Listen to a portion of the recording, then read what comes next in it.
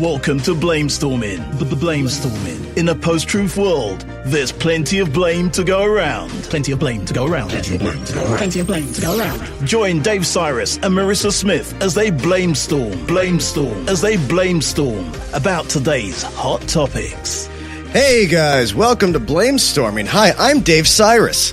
With me, as always, is Maryssa Smith. Hey guys. We also have some guests today. We have Sallyann Hall. Hello. She just said hello. And Lia Braswell.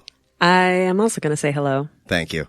Sallyann is a friend of mine in comedy. Mm-hmm. She is a very good comedian. Another person that I know, of course, from the roast battles, the comedy fight clubs. And you do all of them. You do all the fight clubs. I'm actually just, they made me an official. I am the official women's studies major of Fight Club. Oh, that's nice. That's good. I'm glad everyone's getting labels.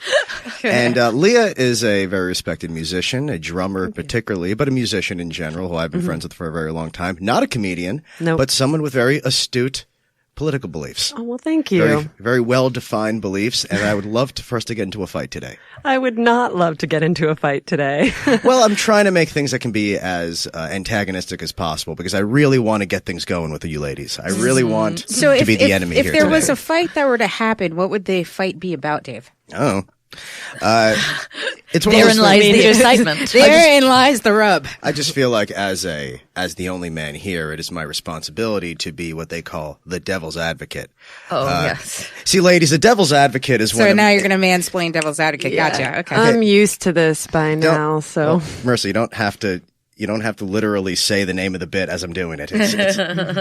You see, when you're trying to do a bit, Maryssa, what you want to do is say, is just So, Sally, how's the Fight Club been treating you? Oh my God, right. I, as a women's studies major, I live for this sort of thing. I'm like, please. I want to play that mansplaining bingo where if he checks all the boxes. I love that. I love it. I live for it. If I don't play devil's advocate, who is going to say the things the devil would? Oh my God, that's so fucking true. Probably all of us, apparently. Right, because you're women. Yeah, Exactly. But no, there's a lot of things this week that I'm dying to talk about. It's been a little while. The news just keeps coming. There's a lot of it. Just a few things we wanted to touch on. I mean, there's Jerome Corsi. Or Corsi, the author of Where's the Birth Certificate, who has apparently just made a plea deal with Robert Mueller, which is very exciting. Yeah. I'm very happy about that. Not that it's going to destroy Trump, but just because it hurts him. Yeah, I mean, but who's gonna suffer because he was hurt? Who is he gonna? Roger Stone. Roger Stone is last- going to jail because Hopefully. Jerome Corsi wants to not go to jail. Now, it's just great because it's nice that this whole obstruction and Russia investigation is getting back to the original people we wanted to punish, the people who pretended Obama was born in Kenya. And, Chris Matthews makes the best point about it, which is the argument is that Barack Obama's mother smuggled him here as a baby because even though he was born in Kenya, she really wanted him to be eligible to run for president. That she had this plan he'd be president someday, which is, of course, the only reason you would smuggle a baby in. If a baby's born to an American citizen in Kenya, it will then come to America and have all the same citizenship rights. There's literally nothing you would lose out on except maybe running for president. Mm-hmm. But, as he points out, if she was that keen on him running for president, why would you name him Barack Hussein Obama? Wouldn't you name him George Washington Jefferson? The name we all assume the first black president would have? Oh, totally. But yeah, that's so Jerome Corsi. He's the author of Where's the Birth Certificate? Do you think? Have you guys read that, by the way? No, is it well written? A lot of typos right here. So now he plays into the the WikiLeaks part of this this whole collusion Right, thing. because we know that there were people coordinated with Assange, and Assange was coordinating with the Russian intelligence. And he was basically the go-between between Roger Stone and Assange. Is that what they're the gist of the? Yeah, he's part of the chain of information that Okay. they have been breaking down. And Roger Stone knows he's going to jail now because he's been publicly saying the FBI is making Jerome Corsi lie about me. Of course, he doesn't know what Jerome Corsi said. So it's kind of like when somebody walks into comes home from work and says to his wife, "Hey, listen, anything happened today? No? Well, If any women call you today, they're goddamn liars. It just doesn't look right.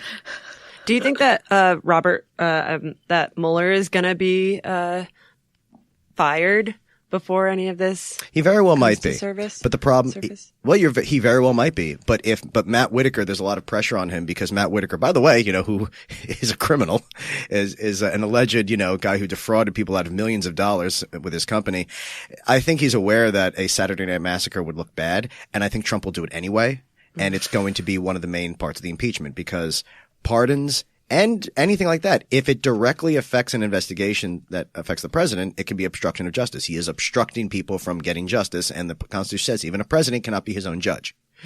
So I think he very well may fire Mueller. The problem is Mueller knows what he's doing, and Mueller is prepared for that, and it's not going to stop anything. And also, you can't just fire Mueller. You need a reason. Like what? Yeah, I'm like, and what do you mean? Why would they fire Mueller? And because they want to fire Mueller. Well, I know they want to, but what would be the official reason? Exactly. They don't have an official reason. So whatever that reason would be trumped up, and that in and of itself would be something that you could impeach someone for. I see. By trumping up charges. It's exactly what would happen because Whitaker wants to be Robert Bork. Robert Bork was the guy that Nixon got to finally fire everyone, and it tainted his career forever. Well, Whitaker's kind of already stated his plan of how you would defund the Mueller investigation to the point where they wouldn't be able to afford to continue the investigation, which would basically put it in a halt where he wouldn't actually fire Mueller, but he would just defund the program so much that they wouldn't be able to send the FBI to investigate people. They wouldn't be able to afford the lawyers or any of that. Mueller's probably already passed that threshold. He's probably already spent the money he needs. I think he's been preparing for this. And also now that we have a Democratic House, that would complicate things for the Republicans just sweeping all this away. Because now they get to investigate every direct thing that Whitaker does involved in the investigation back. So it's a much bigger headache for Trump than it was before. Has Mueller gotten in touch with Julian Assange at all?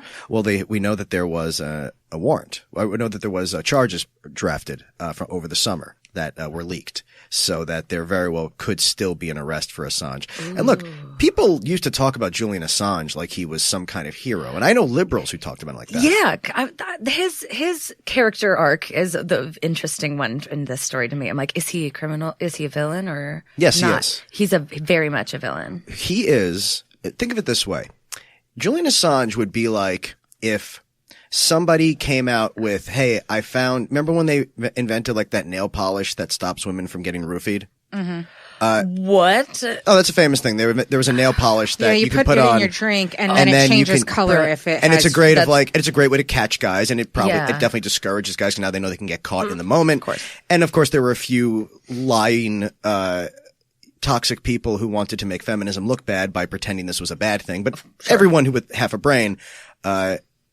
knew that this was a good thing. Now, imagine if someone came out with that and they're like, yeah, this is really cutting down on people getting roofied. And then the guy came out and said, hey, by the way, the product now only works when Hispanic men do it. That's okay, right? I mean, we're still stopping roofies, right? But we're not going to stop white men from roofing.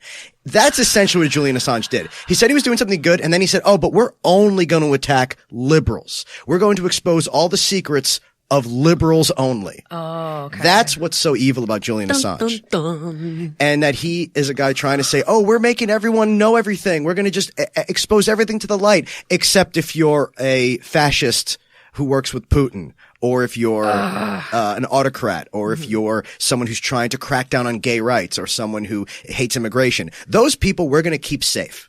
But if you're someone who believes in, helping refugees and gay rights and anything else liberals believe in, you're the one who deserves to have your secrets exposed. But isn't it basically because he's simpatico with that fascist, misogynistic regime because he's a rapist?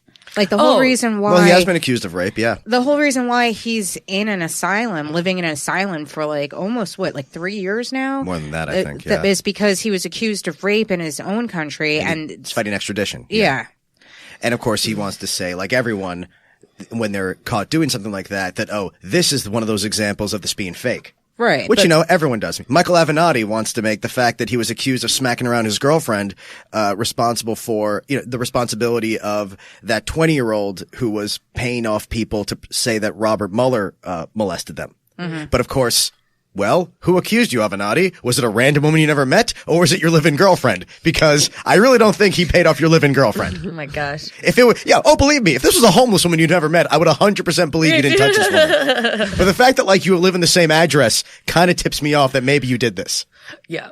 Also, I agree. We all agree. We all hate Michael Avenatti already, right? Didn't we already find him that he was making us look bad? He's a chaotic good. Well, yeah, he's on our side, but he makes us look bad. He's a douchebag. Yeah, douche. Yeah, definitely a douche. But sometimes you have to fight douche with douche. I just feel like fight douche. That's a great slogan for a douche. You know what I mean? It's you need sometimes a douche to counterbalance other douches. And that's especially prescient you say that because, of course, douches are actually not very good for you. So you should fight them. Well, absolutely. because we're self-cleaning. Yeah, the human body actually has ways of shutting that whole thing down. Tell us more about the female body, Yes, please. So, but Julian Assange, villain or no? Where did we land? He's a bad person. Yeah. Oh no, he is a monster. His plan was to help right-wing authoritarians get into power by exposing the secrets of liberals. That's why in the last election, we saw what happened when only one side's emails come out. Ugh. We saw what happened when John Podesta's emails come out. And even when there is no smoking gun, if you can see people's personal conversations, that's enough for them to decide you're a bad person. Yeah. Even if you didn't do anything. Just the fact that you have those personal conversations, people would say, oh, well, look what she did without even reading what they were. I just don't understand why anyone on that side of things with Roger Stone and with Trump, always accusing people and paying people off, saying and accusing Bill Clinton and, everyone around them that they were rapists and that they were, abusing things like that, Hillary had actually fought off these people or, defended her husband and stuff. That's what confuses me is that these lies are very blatant and obvious, but they're still being accepted by the mass. And yet these emails that don't seem to have the most, that no one reads insane past headlines. Yeah. People, if they see a headline that says smoking gun, they'll just repeat that. And I've had conversations with Republicans who are literally, I've had conversations where this one Republican said two things that were amazing. One, he said, CNN lies constantly. And I said, Nate, give me one example. And he threw the biggest tantrum I've ever seen an adult throw in my life because in that moment, I realized even he didn't know any. And I said, okay, give me an example. And he starts Googling. An hour later, he sends me, well, CNN said that their ratings were as good as Fox News is. And then Fox News said that was a lie. And I looked it up. I was like, well, CNN was using the measure of how many total viewers they had over the course of an hour. And Fox News was using the measure of how many viewers they had at any one time. Meaning 1 million people saw CNN for at least 1 minute in this hour. Mm-hmm. But more people stayed on Fox News. Gotcha. It's so CNN totally was different metrics. Technically we had the same number of people. Yours just and I'm like, if that's your example of why the news media lies constantly, you just admitted you are desperately full of shit. Yeah. Same guy said, Hillary Clinton has been convicted of multiple crimes. And I was like, you can't even name a crime she was formally accused of. She hasn't even been indicted. Yeah. And this is, and you wait and they Google and then they get really sad and then they change the subject. And it's like, that's what we're dealing with. And that's when you come. Yeah. And that's what we're dealing with. We're dealing with people who really do live in that kind of fog where they don't even know what they believe. But but that is exactly what they think about us. Those, word for word, where they're like, liberals, they say all these things, bad things about Trump. They can't even actually name name any of his, and honestly. And you start rattling them off and they'll just say, well, those are all lies. Those are, you just believe. Well, that's the mainstream media. And that's the brilliant, plan that Trump has executed is being make them mistrust the media. I can say whatever the fuck I want. And the funny thing is it's not even stuff that it's accusatory. The media isn't accusing Trump of these things. It's Trump actually saying it's all of this. Did you read the tweet? This is from his account. When I was in Texas at the TED Crew, when I was writing for Triumph the Dog on Colbert, we were covering the Ted Cruz Beto O'Rourke. Last week I couldn't say what it was there for. I saw people asked about things that Trump said, and she says, well, I don't believe any of what the media says he said. The media isn't saying he said anything. They're recording. They're showing video of it. It's footage. It's playback. It's not manipulated. It's hours of footage. If you guys will indulge me for a second, I have a rant that just specifically, to me, explains exactly how we ended up here with them believing everything Trump says. Ooh, I'll turn my vibrator Does it have to do with God? Somewhat. It turns how far back you go. If you just go back to George W. Bush. George W. Bush was someone that millions of Republicans felt deep shame for being fooled by. For someone that they defended, they said the Iraq War had to happen, and then almost unanimously they all stopped defending him once his popularity collapsed and he was no longer president. However, you saw in a lot of people like Dan Quayle's son, a lot of Republicans, as soon as Barack Obama became president, they felt like the only way to salvage our dignity is to somehow make Barack Obama as hated a president as George W. Bush. Yes. The problem was Obama didn't give them anything big to use against them. So they had to just fabricate a Obamacare. world where he was, but they had to fabricate a world where wore a Obama tan was suit.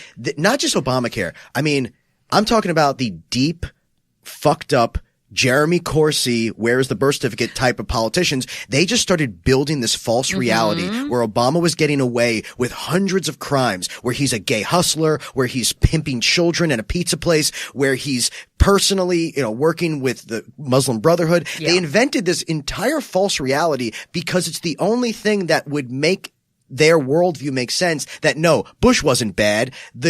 Every president's this bad, and now we have to believe in this false reality to get people to believe that Obama is this horribly, monstrously bad. Otherwise, we'll never get another Republican president. And then when Obama was no longer president, they were like, well, there's still obviously this fake media in place that's been lying to us, because these people walking around be like, how come the media never talks about all the children Obama is selling for sex? How come they never talk about all these horrible Muslim things he's doing? And they had to believe that all reality was a construct, so that when it was reversed and Trump was actually doing hundreds, telling thousands of lies, doing hundreds of things that everyone hates, they were able to say, well, all reality is a lie to make Obama look good. So obviously it's still going. Wow. That also really just explained my dad's journey in the last 12 years, from a normal person to only gets his news from right-wing radio.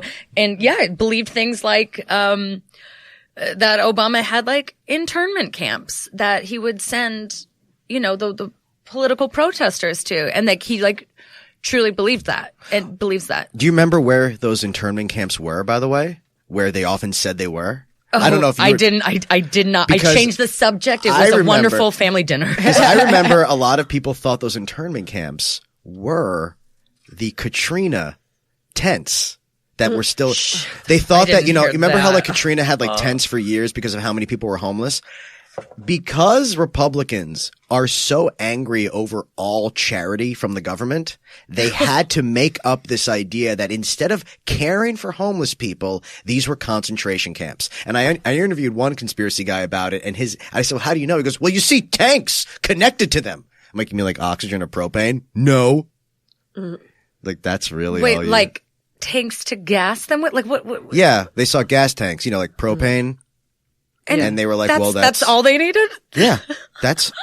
These are people who live in a desperate fog of confusion. I have been on 2 dates with 2 separate Christian conspiracy theorist dudes when Obama was president, and they both had very similar where Obama was obviously Antichrist, bad guy, but that he would drink children's blood specifically. What? And they both were everyone knows that he's an agent of the Dark Lord. I'm an idiot.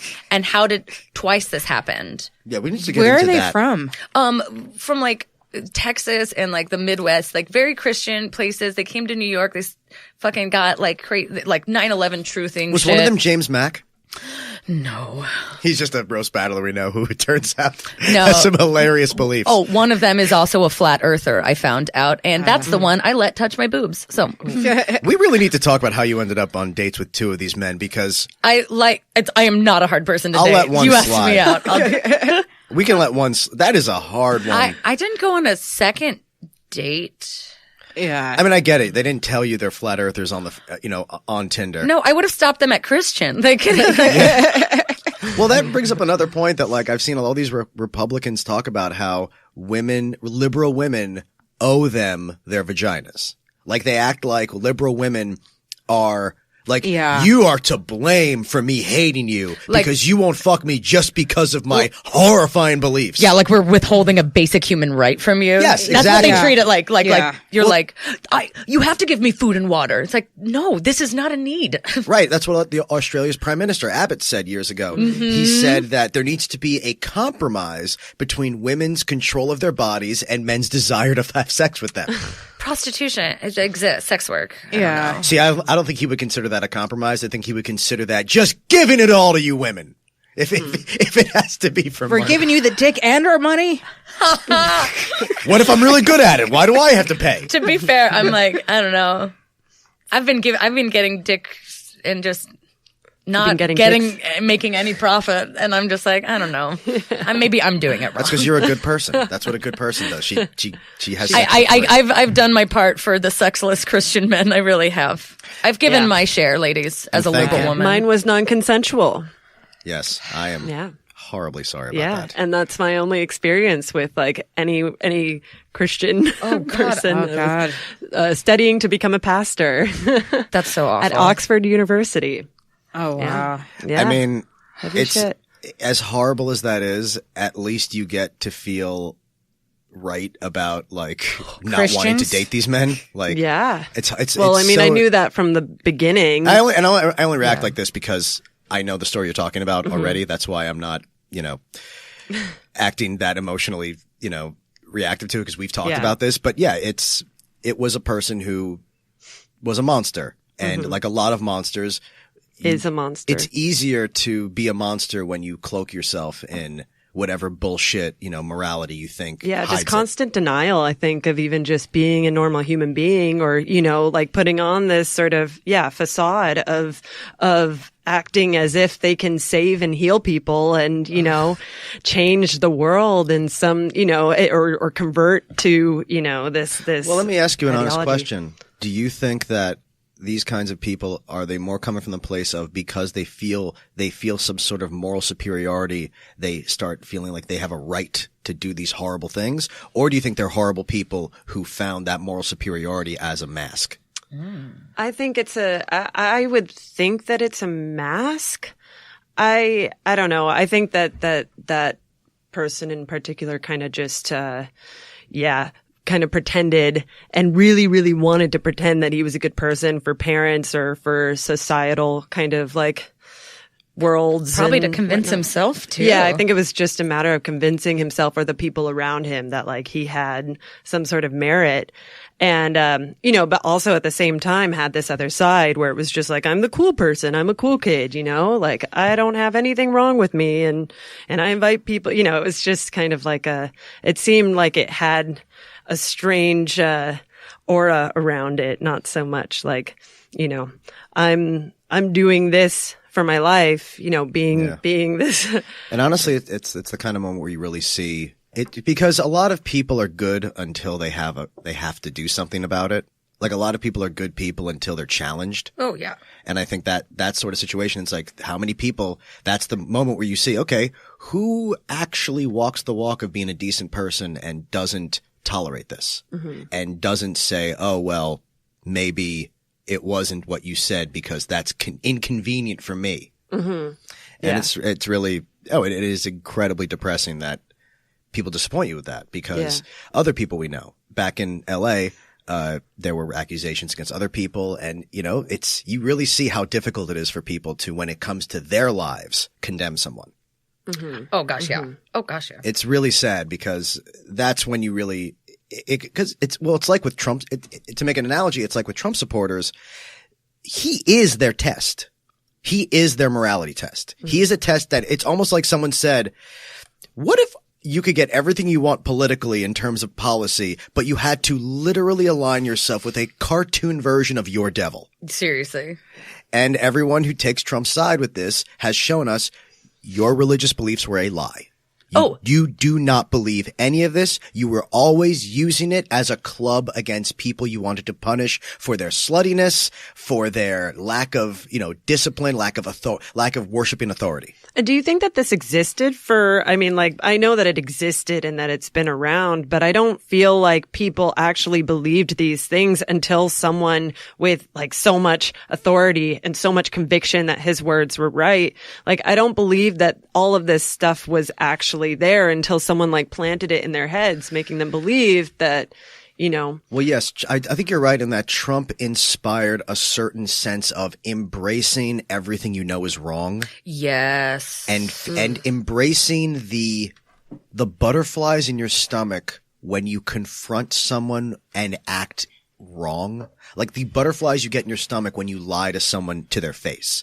I think Trump taught people, the Proud Boys are all about saying like, that's a good feeling. I want to feel that. I want to feel the adrenaline of knowing you hate me, of knowing I'm doing something naughty and wrong. I've said it before. I think it's the same basic psychological premise behind the way serial killers sexualize violence. Yeah. These people sexualize awkwardness and aggression. And troll culture. And kind of abandoning this need to be liked. Because being like, I don't care what you like, that's Trump saying. He's like, I don't care what you think. I'm not one of these people. I say it like it is. They liked that whole vibe. And they're also like, I'm a white male, so I guess you hate me anyway, so I might as well be a monster. Yeah. Like, you know what? I am a nationalist. Fuck it. I will say it. Like that is what we're seeing. You're like, oh, you say it's bad to be a Nazi? Maybe it's not. Like, and it's kind of just, it's like, I think the seed was planted and he just fucking. This is something I think has been kind of going, granted it's kind of exploded now, but it kind of started, I'd say in the late 70s, early 80s with the beginning of the silent majority when the evangelicals started kind of trying to make more of a political play, where their faith was what was dictating their politics. And then this was kind of Trump is like the, I guess like the Ebola of that kind of thing where he just kind of metastasized, like just as cancer where it doesn't matter what he says or does as long as we, the silent majority, now have this voice and we are the majority, which they're not. But it's like, as long as abortions are illegal and as long as I can have my guns, it doesn't matter what he says or does to anyone else because we're going to be protected. We're the chosen people. We're the Christians and fuck everybody else. An important thing also that Trump recognized was that he saw that the big mistake in the Republican Party to him was that Republicans all acted like there was going to be a future. Republicans in general, while as much as I hate a lot of their policies, they were all behaving as if they knew 20, 40 years from now, people were going to look back and be like, you guys are really on the wrong side of history, and that they didn't want to be too fucked up. And then Trump was like, Republican voters are way more anti-Mexican than the average Republican politician. And that's how I'm going to beat them all. I'm going to embrace all the ugliness that the Republican politicians saw in their own voters and said, we need to push that aside because I'm going to look like a monster in the history books if I really do a Pat Buchanan here and go along with this. Well, I remember after like Obama got reelected, the Republican Party had like a big fucking like identity crisis and they were really trying to get like more like Hispanic, particularly, Republicans in there and, it just didn't fucking work at all. And then Trump came out of that. So it's a really interesting point because exactly I'm like, right. The autopsy, the Republican autopsy after Romney was we're going to start speaking Spanish. We're going to start being nicer to immigrants. We're going to start doing all, and then they were like, you know what? Let's do the exact opposite of that. That's just overcorrect. And just say, we don't need another voter of color to ever exist. We just need every angry white man to agree with us. And to suppress the voters of color, if possible. Now, I have to change the subject to something because it's so related to what we're talking about right now. And I think after everything we talked about, it's a really feel-good story. It's something that really, like, I think we can all kind of enjoy. Oh, my God. And I think you know exactly what I'm getting to, Sally. The Christian missionary who was killed by the Sentinelese tribe. I am not happy about any death, but Is it wrong? Okay. But here's we have to be allowed to be happy about this one because of how many ways he was wrong. God saves lives except for those who No, but here's the thing. that island was not immunized. He was putting that entire population of the people at danger. So I'm like, oh. We're still waiting to see if they die. It hasn't been long enough to even see if the diseases he could have exposed them to are going to kill them. There's an estimated 15 Sentinelese alive today when there were 600 100 years ago. Right. 15? Yeah, there's only 15 of them. The Indian government estimates 15. Most anthropologists say it's probably closer to 50. There's not that many they don't see. But there's almost no women because and they're the all women have on been that kidnapped. one. Oh. Kidnapped by whom? Pimps. Oh. In Indonesia. So that those, I mean, is the Sentinelese tribe, is that just on that one small island? Yes, the Andaman Islands are a cluster of islands halfway between Indonesia and India that used to have very highly developed, well, not when I say developed, highly, the 60,000-year-old civilizations that are essentially Stone Age. And that each different island had its own isolated tribe that had very little interaction with each other. And we know that because 700 tribes, I think. Yeah. I was in Indonesia, in Jakarta, last year, and they were telling us about how there are I think 14,000 tribes and 700 islands. Yeah, these tiny little. So the Andaman Islands were one of the most secluded ones ever, and there were multiple different tribes there that were so secluded that their languages were completely unrelated. So almost none of them could even speak to each other. Almost. Yeah. Very few people could even even knew multiple languages. Right now on the earth, literally, it is impossible to communicate with the Sentinelese people. There is no one on earth who can speak both Sentinelese and another language. It's not even related to the Ong or the Jarawa, which are another. A linguist would probably have to study it for years. Yeah, I mean, it would take so long. You have to get them, and it would take a long time. They'd die before then. There is no Rosetta Stone, right?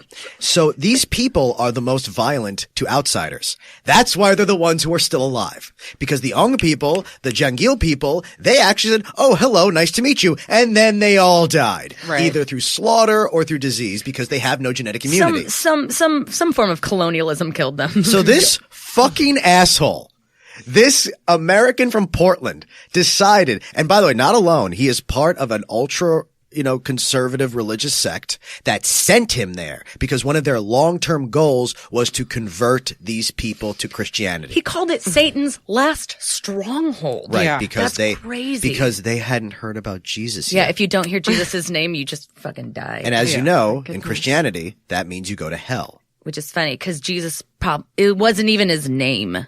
Yeah, and I mean, why did he concentrate on the Sentinelese people? Or why did they concentrate on the Sentinelese people when there were, all these different tribes? Well, or the even other just, tribes, because the Sentinelese were the single most secluded. Right. Because the Sentinelese, unlike the Ong or the Jarawas, it's so hard to say that word. It's like Jarawas. Jarawa. Good luck. Chihuahuas. Yeah, Chihuahuas. Thank you. Who, by the way, have been reduced to a few dozen people begging on the side of the road. Oh. Because they, you know why? Because they didn't fire fucking arrows at people who came there on a boat. And by the way, before this guy, first he started swimming to shore, or he was on a boat and he yelled to them, "My name is John. I love you and Jesus loves you." And he brought a football, right? Yes. And he knows they don't speak English. He knows they don't speak English. Shit gift. And his Bible got hit with an arrow by a child. Oh. And he was talking about, "I can't believe this little kid with his high-pitched voice is throwing arrows at me." And so then he waited and then went back again later. Right. He should have just stopped there. He'd still be alive if he just stopped there. Well, he's a religious fanatic who felt like this was his chance to be God's greatest soldier. But you would think, being such a religious fanatic, that it's something, God spared my life with his own word. Maybe I should figure out another way to be his soldier. He spared me for another day so that I could do something else. He said he didn't want to die. This guy's a kid, right? How old is 26. he? Yeah, 27. I'm sorry. The fucking group response, there's some responsibility for the people who fucking pushed him and sent him to do this. Yeah. That's fucking bullshit. And his mother doesn't believe he's dead. Oh, well, I heard that his parents forgave, we forgive these people. And I'm like, well, Well, that's they don't nice. think he's Fuck dead because of you. prayer. We don't forgive your family for allowing this. This group sent him there to die. They sent him there to die because these are religious fanatics who believe that dying for Christ is a great thing. Oh yeah, they want he. Did he know he was going to be like a martyr or something? Yes. He knew that he was going to a place where they kill everyone who goes there. And he wanted to die trying to bring them Christianity because he felt like this is his one chance to be a hero, to be a saint. He thinks he's going to be a saint. This guy thinks he's going to get sainted, I think. I think he went in there thinking, I'm such a great man. Catholic. Yeah, he's I think he was Protestant. Me, yeah. But we don't have saints, but we just have celebrities. Yeah, you people are all the same. No, I think this You're guy... just getting all your Christians mixed up. I couldn't imagine a Catholic trying to do this at all in this day and age. Not that hard. Catholics, no. Catholics He's just are way like, too they reasonable. believe in Jesus. It doesn't matter. Yeah. And also, let's not forget, this is a guy who said that God was protecting him, and he thought God would protect him from getting killed.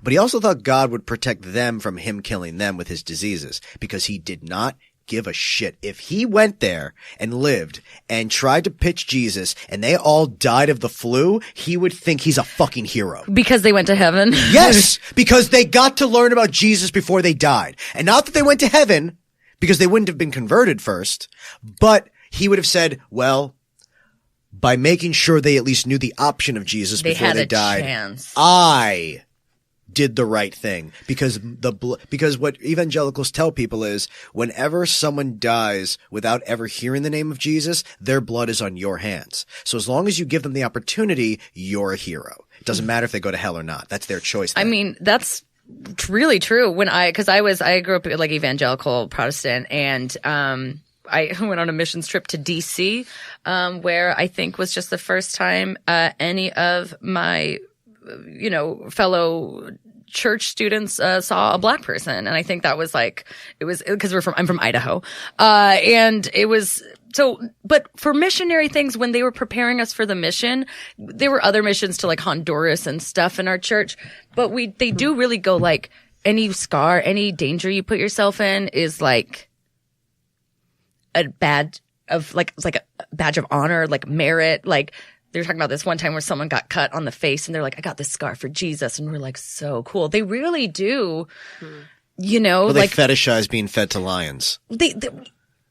Yes, they definitely talk about that a lot, but they really just like any harm that comes your way in service of Jesus is something to be celebrated. Well, in ancient Christians, the earliest Christians, being eaten by the lions, people think it was Christians being fed to lions. It actually wasn't really that.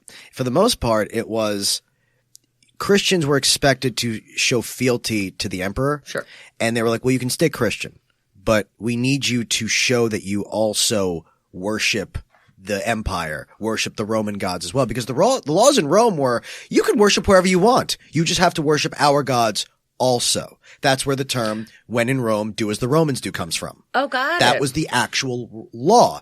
Jews, like me, were allowed to be Jews if we also had their gods. And Jews and their forebears, the Christians, also said no. So at some points, when they're being fed to lions, they're like, we don't want to have to kill all you people. We just need order. So they would say to them like, look, you can still be Christian. Just say the emperor is God publicly. Do a little dance, bow, do literally anything so we don't have to kill you. And they at the time were like, no. Yeah. We want to die for Christ because, this is when Christ had been dead for 40 years. And they're like, we want to, if we die for him, we get to be in heaven. So it was a real thing where. Well, they thought he was going to come back at any fucking second. Right. Too. They thought he was going to come back in their lifetime. Yeah, absolutely. They all did. The Antichrist was clearly Nero. It was just an allegory for Nero. And a fun story about how he would feed Christian lions. I heard this. He would gut a horse, a dead horse, and then tie a man in the fetal position, put him inside the horse, sew the horse up, and then feed that to a lion. Isn't that nuts? People went to too much trouble to have interesting ways to kill people. That's like a human pizza roll or something. It's a human. The original Hot Pocket. Yeah, Terhuman. It's a human. It's a horseman. Oh my God. It's so funny when you really think about the history of torture and murder, and it's just like TV has really saved entertainment, I have to say. People were so bored. They were just bored to death. They just had to kill people in the I heard dumbest they would ways. just hang two kittens down that were starving and see which one killed the other one.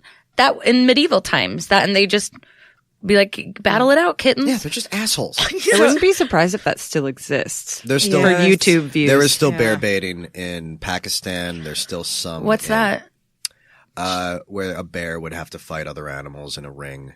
It still happens today. It's really horrible. It happens in remote areas. Here. There's dog fights in America. There's bear fight. I happen to know I was reading about it that there's still remote areas of Pakistan where they will have a dog fight like 5 pit bulls. I mean, I've a bear fight 5 pit bulls, or have, give a monkey a switchblade and have it fight like a hyena. It's really, I mean, yes, I want to watch it, but okay, I know, and I'm just like, I feel like you're just pitching a web series, and I'm like, yes, I'm into it. But like, that's real. Like, and the word pit bull means that it's a dog that was genetically bred to fight animals in a pit. Fight bulls in a pit. Whoa. That is what a pit bull is. They were bred to kill bulls in a pit for people to watch. Yeah, that's really mind blown. I cannot wait to tell people that at bars. That's fascinating. just like the poodle comes from the fact that after they would poop, they would draw with it. You're kidding. Yeah, that one I made up. Oh my god. But the pit bull is real. Can we trust anything you say, Dave? A poo doodle. I'm a white man. You shouldn't. A poo doodle. Yes. They eventually shortened it. I know a man who did a poo doodle once. Wow. With his body.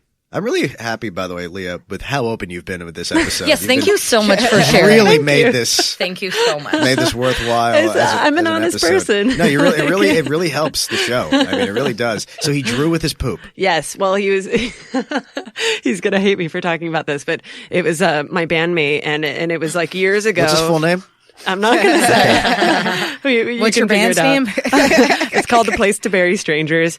And years ago, years ago. There's only one guy in it. Don't worry. It was so many years ago. And it could have been another member that wasn't in the band. That's not in the band. I don't know. Anyways, so there was this guy, and I wasn't there at the time, but I have seen photos of it. He was very wasted. He doesn't drink anymore, which I'm very happy. What was his rock bottom, I wonder? I don't know if this was his rock bottom. Yeah. So no, he was in a hotel, and no. Before he got to the hotel, he was lying around in the grass at night, like they had just finished a show, and he was being all wacky, and then started lying around in the grass, and then he gets up, and all of a sudden, everybody else around him is like, "Dude, you got poo on your back." And he starts laughing, and he goes into the hotel room, and he's just, like lathering the sheets, the hotel bed sheets with the poo, and then, posing for pictures and stuff. Yeah, it's it's wonderful. I mean, and it's a lot of poo too. It's not just. Oh, God, this is why white middle Americans vote against their self-interests. Yeah. Because they hear stories about Californians pooping and posing with Actually, he's not even from this country. So. Oh, there you go. That explains it. All right. Build a wall. This narrative. Don't let the poo doodlers in anymore. Keep the poo doodlers out. See, now that's the kind of story that will change my mind about a people. Well, when Shakespeare built the Globe, the arena the famous theater. Yes. The way that they got investors to build it was, if the plays don't bring people in, we can just go back to fighting animals. So when the Globe was first built, that's how they got it built. The investors were like, all right, well, if it doesn't work out, just get a couple of dogs and a bear and we'll have a show. And it's Gorgeous. Like, here's the thing. I don't know if humanity's done with it. I feel like with the way we're going right now, we are.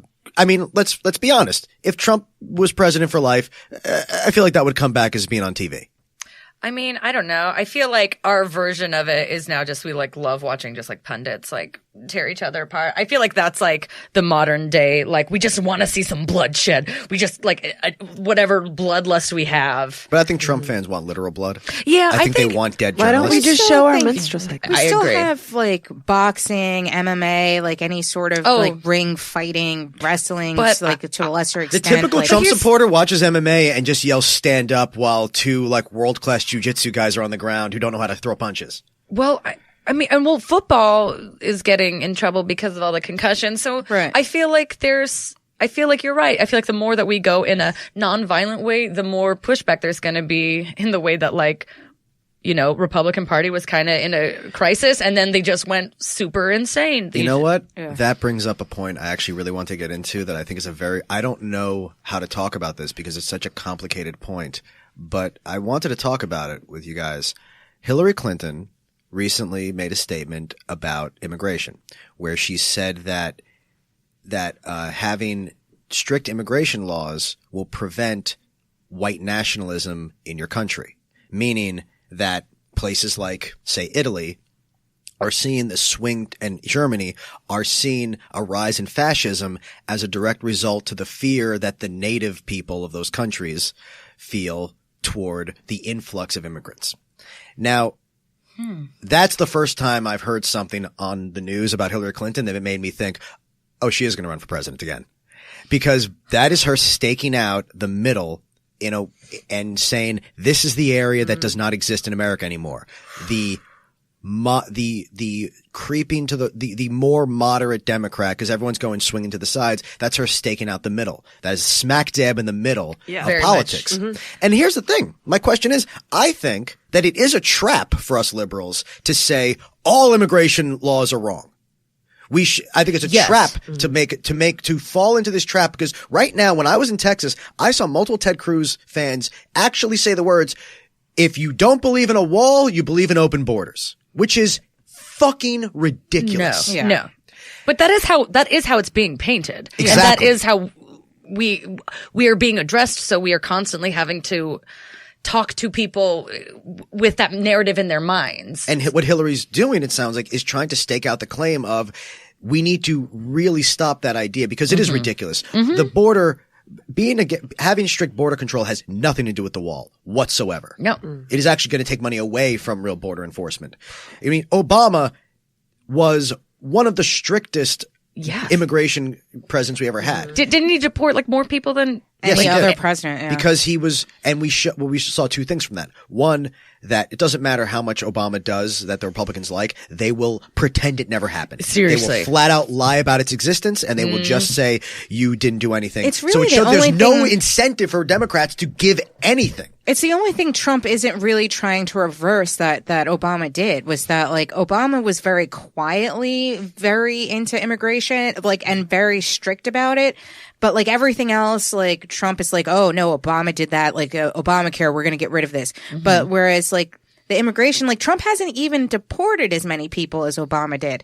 But it's like it's like the hill he's going to die on, because it's like, oh, well, you know, the liberals, they're so pro open borders, when, like, you know, Obama never was, but he was just quiet about it and wasn't being blatantly racist. Yeah, they're like liberals. They're so open borders, and I'm like, not if you look at the fucking policies. Like, you think you're attacking an imagined ideal that you think we have. Because you heard some college student on YouTube say something that you think now represents the entire Democratic Party. Or that's what we believe and what is actually enforced are the same fucking thing. Right. Well, because Democrats have never had the crazy people in power like Republicans have. Republicans actually have their craziest people in Congress. We have a very large faction of people who are mad that they're not in power, but at this point in time, the Democrats are still in power, are still, you know, the adults are still in power. People like to talk about Ocasio-Cortez as if she's some liberal lunatic, but you know what? She's a policy wonk. She's there. She beat Crowley because she paid attention and did her homework. She is not some, like, Occupy homeless person. No. She is just a 28-year-old who doesn't have the savvy from being there 20 years yet, but she knows what the hell she's talking about. Yeah. And we don't have the equivalent of, whereas on the right, there are full-blown congressmen who believe in the moon landing not happening. There are full-blown congressmen out there who believe in psychotic conspiracy theories about vaccines, about autism. Climate change. I mean, climate change is one of the least ones, but it's the most important one, because it's the one that's actually going to kill everyone of all colors. Yes. Congratulations. It's going to kill black and white. It's a great equalizer. I mean, I think climate change is the single most important political issue we have, because it's the only one that will kill everyone. Yeah. I mean, racism. Everyone has something to Look, lose. Racism is a horrible problem. It is. But if I were going to say what's the more important overall in the course of history political story, would it be legalizing weed? I would say is it the existence of the slave market or the end of human life? Mm-hmm. You still have to say end of human life because you could say, well, what about the Egyptian slaves? What about Sumerian slaves? Was their happiness worth more than the future of all human life? No.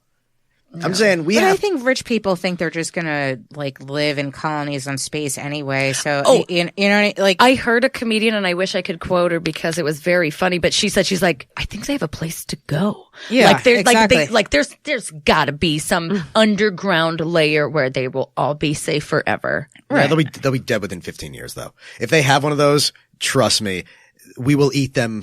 Their sex lives will we be will dead. literally eat them alive. That's what's going to happen, though. That's what Republicans don't understand. It's what authoritarians don't understand. If you think you can step on poor people for this long, they're going to literally eat you. I think they do understand. I think people are really afraid of that. Like conspiracy theorists, like my dad. I'm so sorry. Oh, you know what? He's a really good cook. But he really is like he thinks that society is going to collapse, like that we like liberals are on the verge of just snapping and just tearing everything apart, like the rich people, you know, like because he's afraid of like communism and stuff, you know, that's right. the evil. And I bet he loves Putin. So I mean, oh gosh, but like, yeah. Again, he doesn't. And here's the thing: he does not like Trump. He voted for Trump because Hillary's the devil, but he. You know, but it's just what look at me defending. It's just what cowardly Trump supporters say now. They always like because they to avoid embarrassment, they just say, "Hey, I don't like Trump, but Obama." Shut the fuck up. You are a liar. Yeah. No, I mean, I'm like, honestly, I don't even care. You did the damage. So like your inside feelings, I'm not gonna, give you a pass. But, yeah, I forgot what I was going to say. No, but they think that they're going to survive this. Like that, I Yes. mean, with SpaceX and things like that, like they think that they're going to be able to leave Earth, go into space, and be on some sort of colony. And I don't know. And it's pretty much every dystopian. We're just nowhere near scientifically at that level. That's the thing is like they can go. They want to do it. They think they can do it, but it just doesn't exist yet. Well, we've already had someone spend a year in space. Yeah, and it cost $1 trillion. So it's not really sustainable. When are we all going to just realize that money's not real? Mm-hmm.